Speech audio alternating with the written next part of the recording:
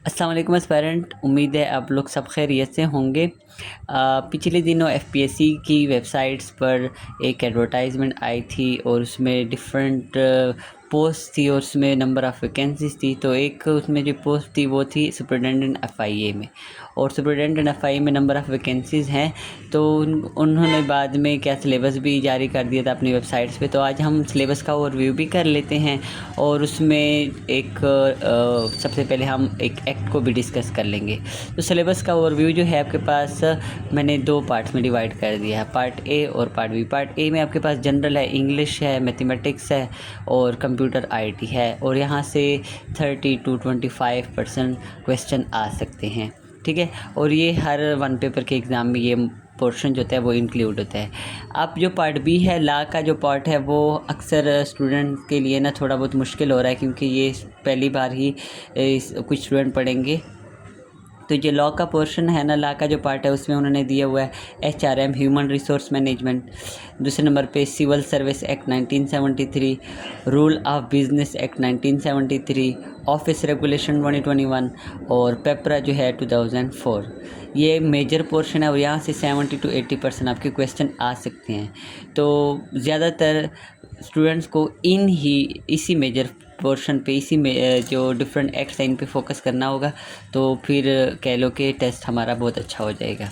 तो हम सबसे पहले क्या डिस्कस कर लेते हैं, रूल ऑफ बिजनेस एक्ट जो 1973 में आया था, जो लॉ का पार्ट है, इस सिलेबस का भी पार्ट है। तो हम सबसे पहले इसको डिस्कस कर लेते हैं कि rule of business act 1973 basically है क्या चीज़।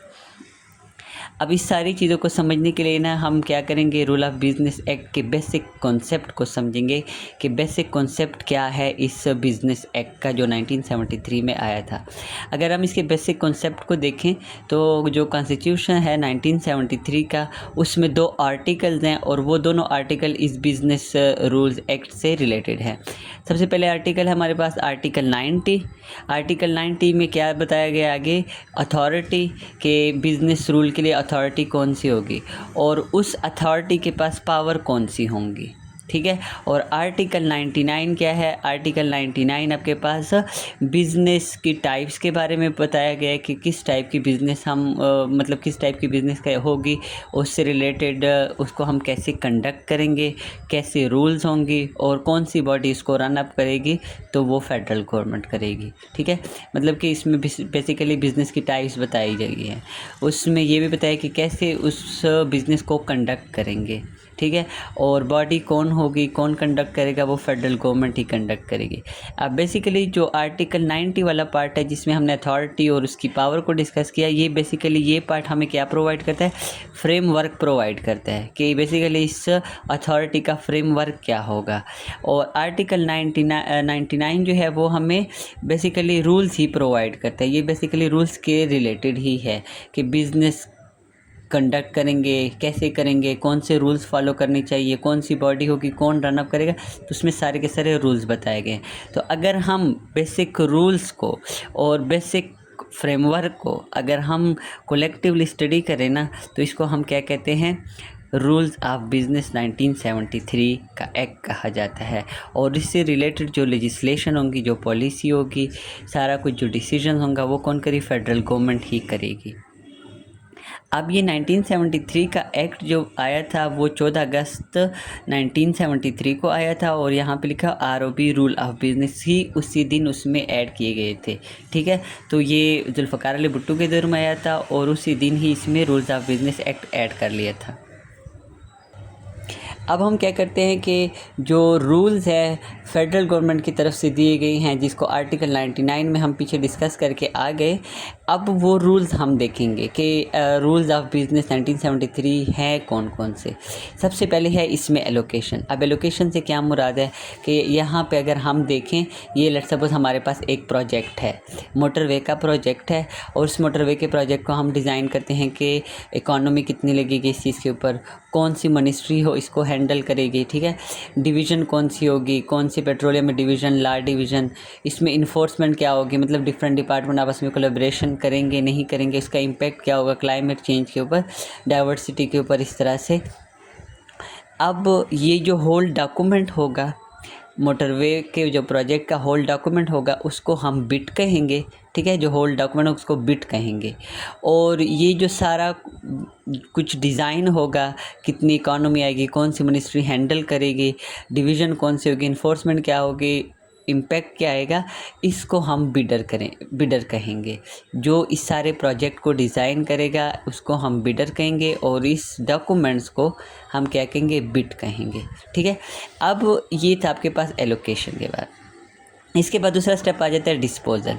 डिस्पोजल में हम क्या देखते हैं कि डिस्पोजल में कि कहाँ पे ये प्रोजेक्ट जो है वो उसके लिए कोई स्पेसिफिक लोकेशन, कौन कैसे काम कर रहा है, जो लेबर वगैरह उनको कौन सी इंस्ट्रक्शन देनी है, तो वो किस में आ जाएगा, आपके पास डिस्पोजल में। इसके बाद आ जाते हैं रिस्पॉन्सिबिलिटीज़, कि जो अथॉरिटी जिस चीज़ को, जिसके पास पावर है, वो कैसे इस रिस्पॉन्सिबिलिटी को अच्छे से निभाती है, कैसे अपना काम टाइम पे कंप्लीट कर लेते हैं।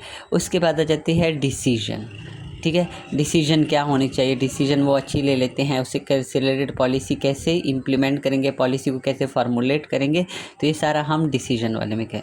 इसके बाद है हमारे पास कोऑर्डिनेशन। कोऑर्डिनेशन में हम डिफरेंट डिपार्टमेंट्स को देखेंगे कि डिफरेंट डिपार्टमेंट्स आपस में कोलैबोरेशन कर रहे हैं या नहीं कर रहे, तो ये सारे हमारे पास क्या है, रूल्स हैं।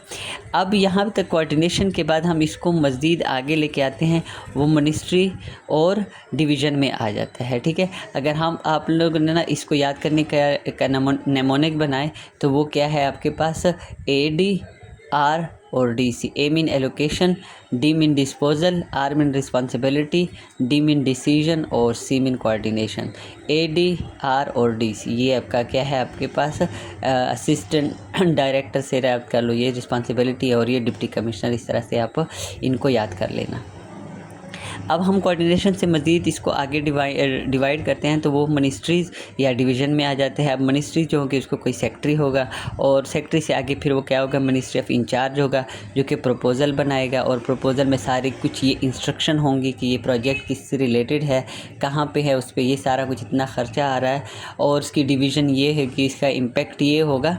तो उसके बाद फिर क्या, कहाँ पे जाएगा, प्राइम मिनिस्टर के पास जाएगा, कैबिनेट के पास जाएगा, और उससे रिलेटेड क्या होगा, डिसीजन होंगी, और डिसीजन के बाद उसके बाद इम्प्लीमेंटेशन होगी, ठीक है। तो ये सारा का सारा जो सेट ऑफ इंस्ट्रक्शन है, ये बेसिकली आपके ऑफिशियली डॉक्यूमेंट्स ही कहलाता है। जितने भी कोई भी प्रोजेक्ट होगा जिसमें हम जितनी भी इंस्ट्रक्शन देंगे कि कैसे इस प्रोजेक्ट को आगे लेके चलना है, कौन सी डिसीजन लेनी है, कौन सी मिनिस्ट्री इन्वॉल्व होंगी इसमें, तो ये सारे के सारे जो इंस्ट्रक्शन है ये सेट ऑफ इंस्ट्रक्शन कहलाती हैं, और ये हमारे पास ऑफिशियल डॉक्यूमेंट है। आप ऑफिशियल डॉक्यूमेंट डाउनलोड करें तो उसके ऊपर क्लियर कट फर्स्ट पेज पे लिखा हो क्या ऑफिशियल डॉक्यूमेंट है। इसके बाद हम इसी पोर्शन को थोड़ा सा मज़ीद आगे एलेबोरेट कर लेते हैं कि मिनिस्ट्री डिवीज़न कैसे हुई है।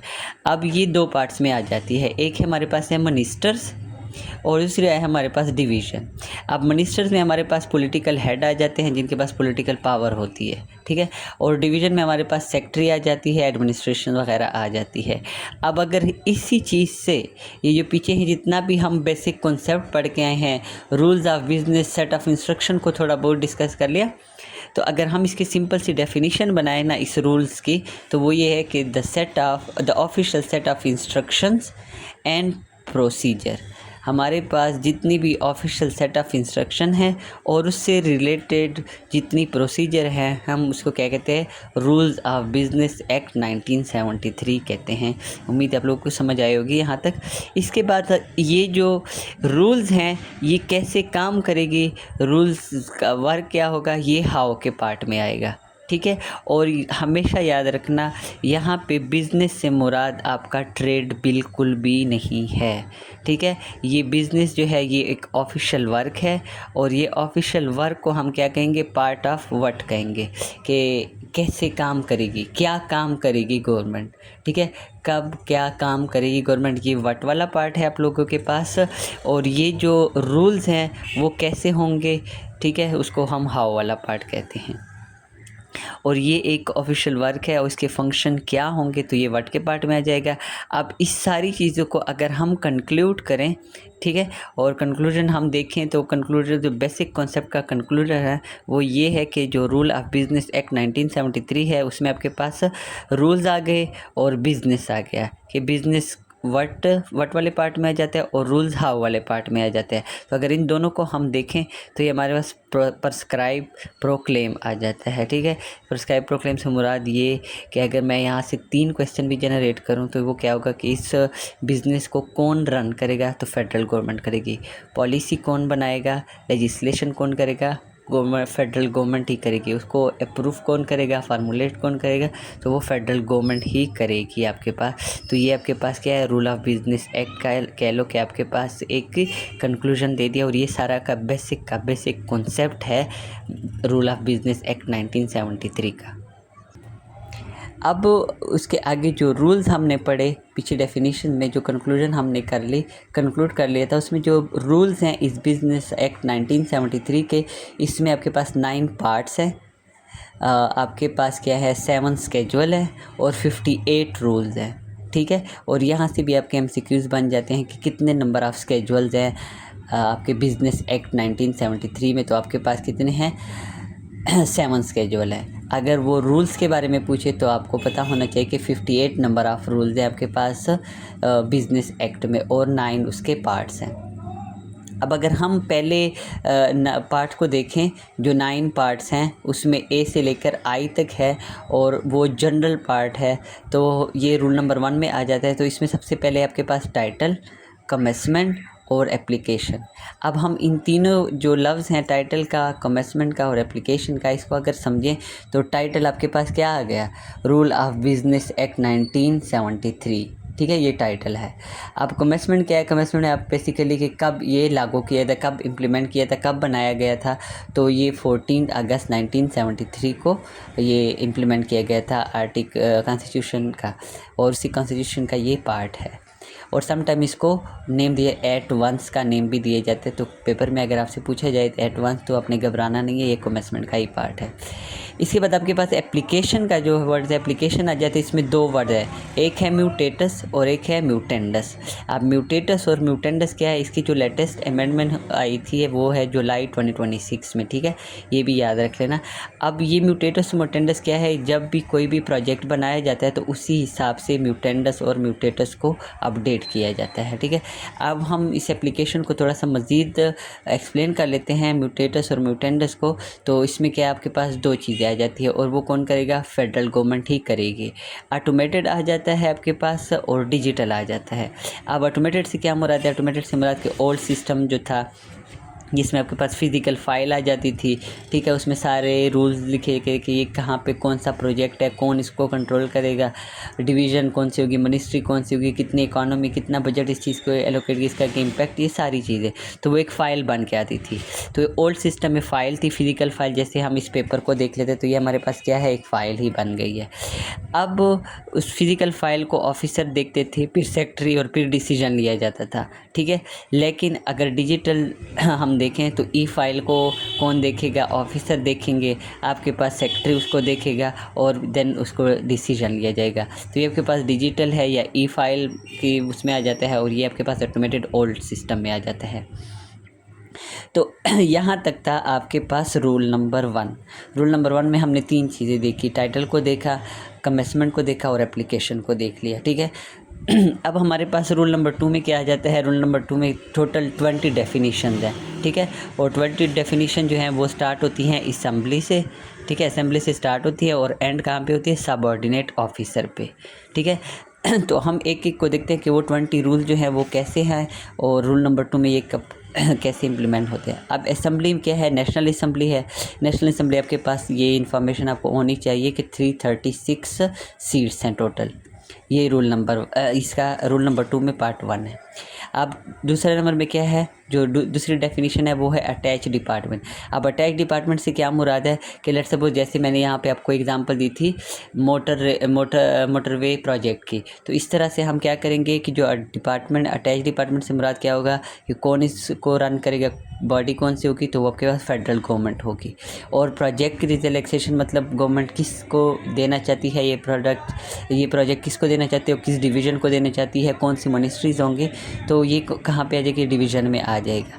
देखो अब गवर्नमेंट किसको अटैच करेगी, ये सारा का सारा प्रोजेक्ट जो है आपके पास मोटरवे का, ये कौन डिज़ाइन करेगा, ये आपके पास प्लानिंग एंड डेवलपमेंट का जो डिपार्टमेंट है, ठीक है। प्लानिंग डिवीज़न है, प्लानिंग PND जिसको सिंपल शॉर्टकट बोला जाता है, प्लानिंग एंड डिवीज़न डिपार्टमेंट, वो इस सारे प्रोजेक्ट को क्या करेगा, डिज़ाइन करेगा।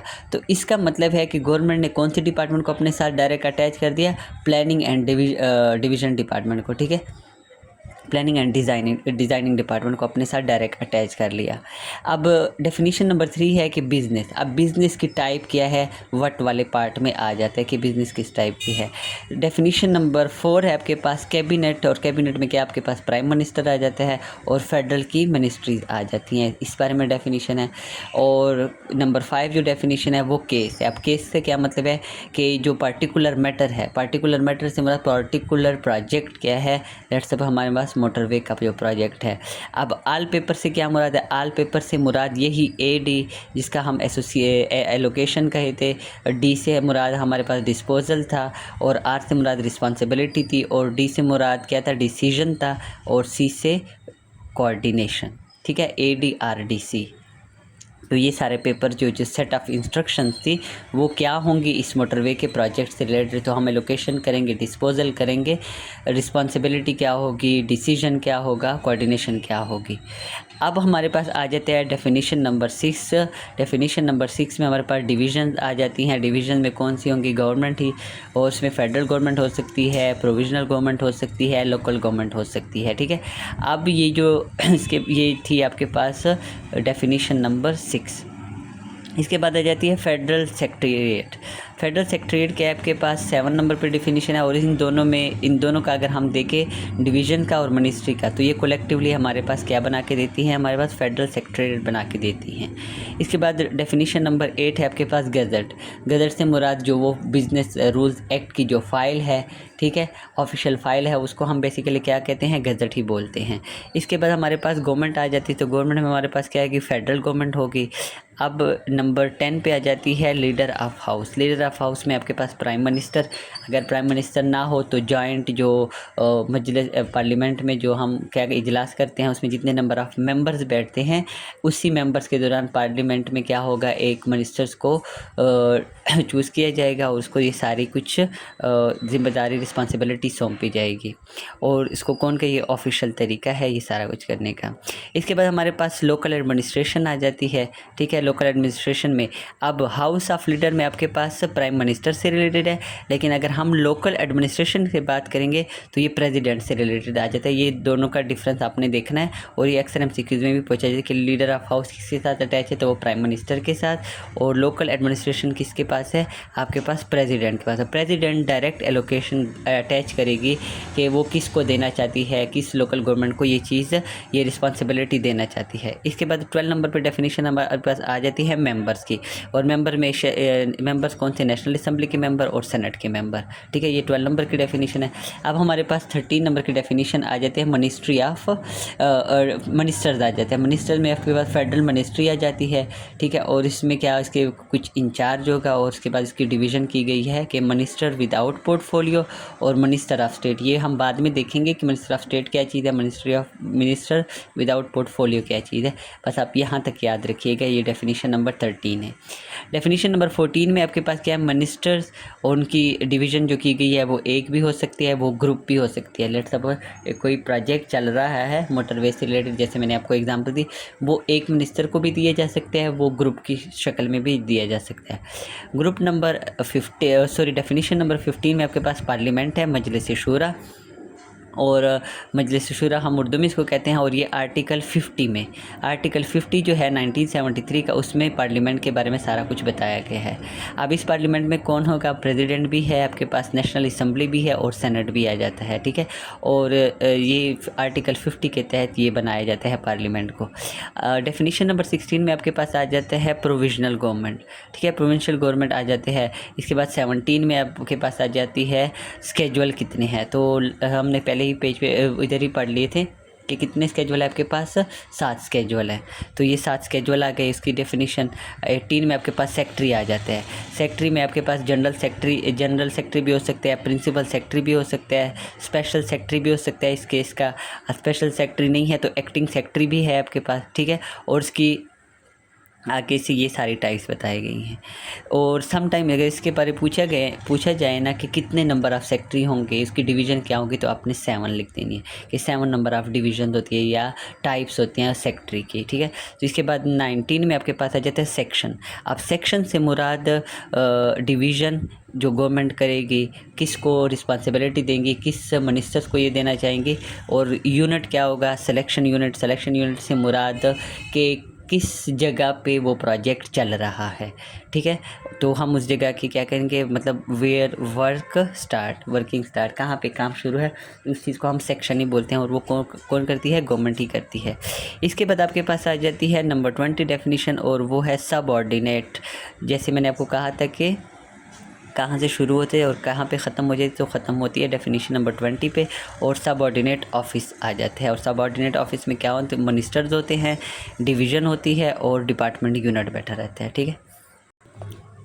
अब ये जो पीछे जितनी भी हमने 20 डेफिनेशन पढ़ ली थी, तो अगर हम उसको एक समरी के टाइप में या फ्लो चार्ट की मदद से देखें, तो इसमें हमारे पास पार्लियामेंट आ जाता है, गवर्नमेंट आ जाती है और एडमिनिस्ट्रेशन आ जाती है। अब आपके पास पार्लियामेंट में कौन है, असेंबली है, ठीक है, नेशनल असेंबली। उसमें सेनेट भी आ जाता है, आपके पास नेशनल असेंबली के मेंबर्स भी आ जाते हैं, और आपके पास लीडर ऑफ हाउस भी आ जाते हैं। गवर्नमेंट में क्या है, फेडरल गवर्नमेंट, कैबिनेट, मिनिस्टर्स वगैरह, ठीक है। और एडमिनिस्ट्रेशन में आपके पास डिवीज़न आ जाती है, सेक्शन यूनिट आ जाता है और सबऑर्डिनेट ऑफिस आ जाता है। तो ये कंप्लीट एजेंडा है, कंप्लीट फ्लो चार्ट है जो हमने पीछे 20 डेफिनेशंस पढ़ ली थी रूल नंबर 2 में, उससे रिलेटेड। अब हमारे पास रूल नंबर 3 है। रूल नंबर 3 में हम बेसिकली क्या पढ़ते हैं, एलोकेशन ऑफ बिज़नेस को स्टडी करेंगे कि बिज़नेस के एलोकेशन जो रूल नंबर 3 में बताई गई है वो कैसे है। अब अगर हम इसमें देखें तो एलोकेशन कौन करेगा, फेडरल सेक्रेटेरिएट से ही होगी। उसमें मिनिस्टर्स होंगे और डिवीज़न होगी, और मिनिस्टर्स और डिवीज़न्स का स्केजुअल नंबर 1 में बताया गया है। जो हमारे पास टोटल 7 स्केजुअल्स थी ना, उसमें स्केजुअल नंबर 1 में आपके पास बताया गया कि मिनिस्टर और डिवीज़न्स के बारे में, और ये एमसीक्यूज़ अक्सर पूछा जाता है। इसके बाद गवर्नमेंट ऑफ बिज़नेस आ जाती है। जब सेक्रेटरी और डिवीज़न और मिनिस्टर्स आपस में बैठ के फैसला करेंगे तो वो गवर्नमेंट बिज़नेस होगी। बिज़नेस से इसके बाद गवर्नमेंट क्या करेगी, उसको डिस्ट्रीब्यूशन देगी, और डिस्ट्रीब्यूशन का स्केजुअल नंबर 2 में सारा कुछ बताया गया कि गवर्नमेंट कैसे डिस्ट्रीब्यूट करती है इस प्रोजेक्ट को, और किस मिनिस्टर्स को देना चाहती है, किस डिवीज़न को देना चाहती है। और उसके बाद डिस्ट्रीब्यूशन के पास क्या होगी, एलोकेशन होगी अमंग द मिनिस्टर्स, और ये सारा कुछ हम फेडरल सेक्रेटेरिएट और एलोकेशन ऑफ बिज़नेस में ही पढ़ते हैं, और स्केजुअल नंबर 1 और स्केजुअल नंबर 2 इसमें इन्वॉल्व हैं। अब हम अगर इसको देखें, प्राइम मिनिस्टर ही सारा कुछ करेगा, क्योंकि जैसे वो आपके पास प्रपोज़ल बनेगा तो वो प्रपोज़ल आगे जाएगा कैबिनेट के पास, प्राइम मिनिस्टर के पास, और वो इस चीज़ को देखेंगे और फिर उसके बाद साइन करेंगे और इम्प्लीमेंटेशन होगी। तो प्राइम मिनिस्टर जो होगा वो मिनिस्ट्री क्रिएट करेगा, और मिनिस्ट्री कौन क्रिएट करेगा, प्राइम मिनिस्टर ही क्रिएट करेगा। डिस्ट्रीब्यूशन जो होगी आपके पास बिज़नेस की, वो भी प्राइम मिनिस्टर ही करेगा, और असाइन कौन करेगा, वो भी प्राइम मिनिस्टर ही डिवीज़न को असाइन करेगा। तो ये सारा का सारा किसका पार्ट है, गवर्नमेंट का काम है, गवर्नमेंट वर्क है। तो ये सारा का सारा किसके अंडर आएगा, प्राइम मिनिस्टर के अंडर ही आएगा। और अगर सम टाइम आपके पास क्वेश्चन पूछा जाए ना कि अगर एलोकेटेड वो है डिवीज़न है या अनअसाइंड डिवीज़न है, तो उसमें कौन काम करेगा, उसमें प्राइम मिनिस्टर ही होगा, ठीक है। और पावर डेलीगेशन कौन करेगा, असाइन मतलब कि पावर डेलीगेशन से मुराद के डिस्ट्रीब्यूशन किसको दी जाएगी, असाइन कौन होगा उस डिवीज़न में, ठीक है। वो सारा कुछ कौन करेगा, प्राइम मिनिस्टर करेगा। जो गिव इंस्ट्रक्शन दी जाएंगी, ठीक है, कि लेबर कैसे काम करेंगे, बेसिकली प्रोजेक्ट कहाँ से कब स्टार्ट होगा, कब ख़त्म होगा, और उसके बीच में जितनी भी वो काम आएंगे, जितने भी सेक्शन होंगे, जितने भी इवेंट्स होंगे, वो कौन, इसकी जो सेट ऑफ इंस्ट्रक्शन होंगी वो आपके पास क्या कौन डिलीवर करेगा, प्राइम मिनिस्टर ही डिलीवर करेगा सेट ऑफ इंस्ट्रक्शन, और पावर की डेलीगेशन भी प्राइम मिनिस्टर करेगा। तो उम्मीद है आप लोगों को यहाँ तक समझ आई होगी। इसके बाद हम इंशाल्लाह पार्ट 2 भी लेके आएंगे, और इंशाल्लाह उम्मीद है कि आप लोग को समझ आई होगी, और मैं मज़ीद कोशिश करूँ कि अच्छे से समझा सकूँ। Thank you so much.